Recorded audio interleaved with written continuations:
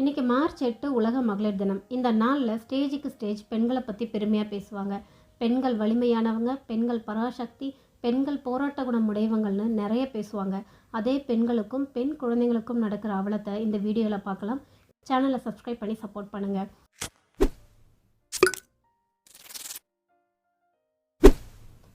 புதுச்சேரியில் justice for ஆரத்தின் போராட்டம் போயிட்டுருக்கு. புதுச்சேரியில் முத்தியால்பேட்டை சோலைநகர் பகுதியில் 9 வயசு சிறுமியை பாலியல் வன்புணர்வு செஞ்சுருக்காங்க. சனிக்கிழமை காலை வீட்டுக்கு வெளியே விளையாடிட்டு இருந்த குழந்தை காணாமல் போயிருக்கு. குழந்தையோட பேரண்ட்ஸ் நேரமாகியும் குழந்தை வீட்டுக்கு வரலன்னு தேட ஆரம்பிக்கிறாங்க. எவ்வளோ தேடியும் குழந்தை கிடைக்காததால் போலீஸ் ஸ்டேஷனில் கம்ப்ளைண்ட் பண்ணுறாங்க. அந்த பகுதியில் இருக்க ஒரு சிசிடிவி கேமராவில் குழந்தை நடந்து போகிற மாதிரி காட்சி பதிவாகியிருக்கு. அதனால் குழந்தை அந்த ஏரியாவில் தான் இருக்கணும்னு போலீஸ் ஒவ்வொரு வீட்டுக்கும் போய் தேட ஆரம்பிக்கிறாங்க. பீரோ, ஃப்ரிட்ஜ், வாட்டர் டேங்க், செப்டிக் டேங்க்லலாம் தேடுறாங்க. அப்பையும் குழந்தைய கண்டுபிடிக்க முடியல. அப்பகுதி மக்கள் போலீஸ் மெத்தனமாக செயல்படுறாங்கன்னு போராட்டத்தில் ஈடுபடுறாங்க. அந்த பகுதி எம்எல்ஏ ஸ்பாட்டுக்கு நேராக போய் போலீஸை ப்ரெஷர் பண்ணுறாரு, குழந்தைய சீக்கிரம் கண்டுபிடிங்கன்னு. செவ்வாய்க்கிழமை அந்த பகுதியில் இருக்க சாக்கடை வாய்க்காலில் சிறுமியோட சடலத்தை கண்டுபிடிக்கிறாங்க. அந்த சிறுமியை பாலியல் வன்புணர்வு செஞ்சு சாகடிச்சு கை காலை கட்டி வேஷ்டி துணியில் சுற்றி சாக்கடையில் போட்டிருக்காங்க. இது செஞ்ச 2 மிருகங்களை போலீஸ் அரெஸ்ட் பண்ணியிருக்காங்க. முதல் மிருகத்தோட பேர் கருணாஸ், வயசு 19. இரண்டாவது மிருகம் 59 வயசு விவேகானந்தன். இந்த கருணாஸ் சிறுமியோட வீட்டுக்கு பக்கத்து வீட்டில் இருக்கிறவன். அந்த விவேகானந்தன் சிறுமி வீட்டுக்கு பின்னாடி வீட்டில் இருக்கிறவன்.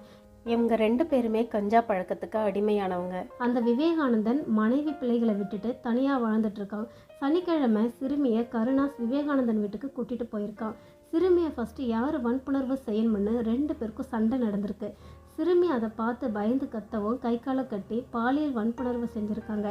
அந்த சிறுமி வலி தாங்காமல் இறந்து போயிருக்கா. 5வது படிக்கிற பொண்ணு, 9 வயசு தான். என்னங்க தெரியும் அந்த குழந்தைக்கு? கருணாஸ் மிருகத்துக்கு அறிவில்லைனாலும் அந்த விவேகானந்தன் பேத்தி வயசில் இருக்க பொண்ணுங்க, அவனுக்கு தெரியாதா? பார்க்குற கேட்குற நமக்கே இவ்வளோ கஷ்டமாக இருக்குன்னா பெற்றவங்களுக்கு எப்படி இருக்கும்? யாராலையும் அவங்களுக்கு ஆறுதல் சொல்ல முடியாது. அந்த பகுதி மக்கள் ரொம்ப கொந்தளிச்சு போய் இருக்காங்க. எங்ககிட்ட அந்த 2 பேரையும் கொடுங்க, நாங்கள் பார்த்துக்குறோன்னு கொந்தளிக்கிறாங்க. ஏன்னா எல்லார் வீடுகளிலும் பெண் குழந்தைங்க இருக்காங்க.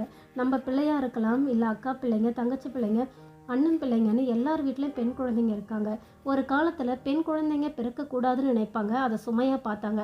பெண் குழந்தைய வளர்த்து ஆளாக்கி நகை போட்டு கல்யாணம் பண்ணி கொடுக்கணும், அதனால சுமையாக பார்த்தாங்க. ஏன் கள்ளிப்பால் ஊற்றி பெண் குழந்தைய கொண்ட காலமெல்லாம் இருந்துச்சு.